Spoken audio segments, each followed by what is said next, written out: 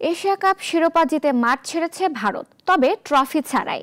ECC chairman ও পাকিস্তানের স্বরাষ্ট্রমন্ত্রী মহসিন নাকভি এখন নতুন শর্ত বেঁধে দিয়েছেন। আলাদা অনুষ্ঠানে তার কাছ থেকে ট্রফি নিতে হবে ভারতকে, তবে এই শর্তে ভারতের বোর্ড রাজি হবে না, এটা প্রায় নিশ্চিত। এশিয়া কাপের ফাইনালে পাকিস্তানকে 5 উইকেটে হারিয়ে চ্যাম্পিয়ন হয়েছে ভারত, তবে শিরোপার আনন্দ মুহূর্তেই ছাপিয়ে গেছে বড়সড় বিতর্ক।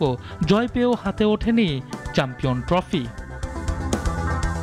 ফাইনালের পর ভারতীয় দলকে ট্রফি দেওয়ার জন্য মাঠে ছিলেন এসিসি ও পাকিস্তান ক্রিকেট বোর্ডের চেয়ারম্যান মহসিন নাকভি, কিন্তু ভারতীয় ক্রিকেটাররা জানিয়ে দেন তারা নাকভির হাত থেকে ট্রফি নেবেন না।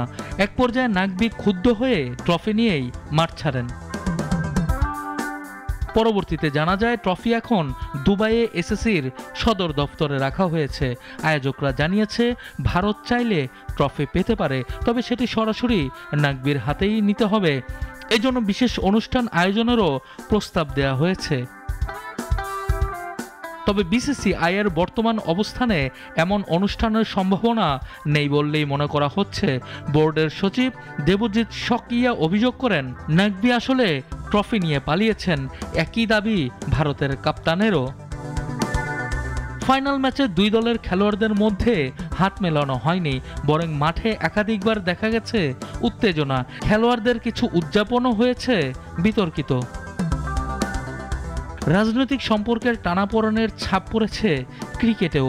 ফাইনালের পর ভারতের প্রধানমন্ত্রী নরেন্দ্র মোদী সামাজিক মাধ্যমে লেখেন, খেলার মাঠে অপারেশন সিঁদুর, ফলাফল সেই একই, ভারতের জয়।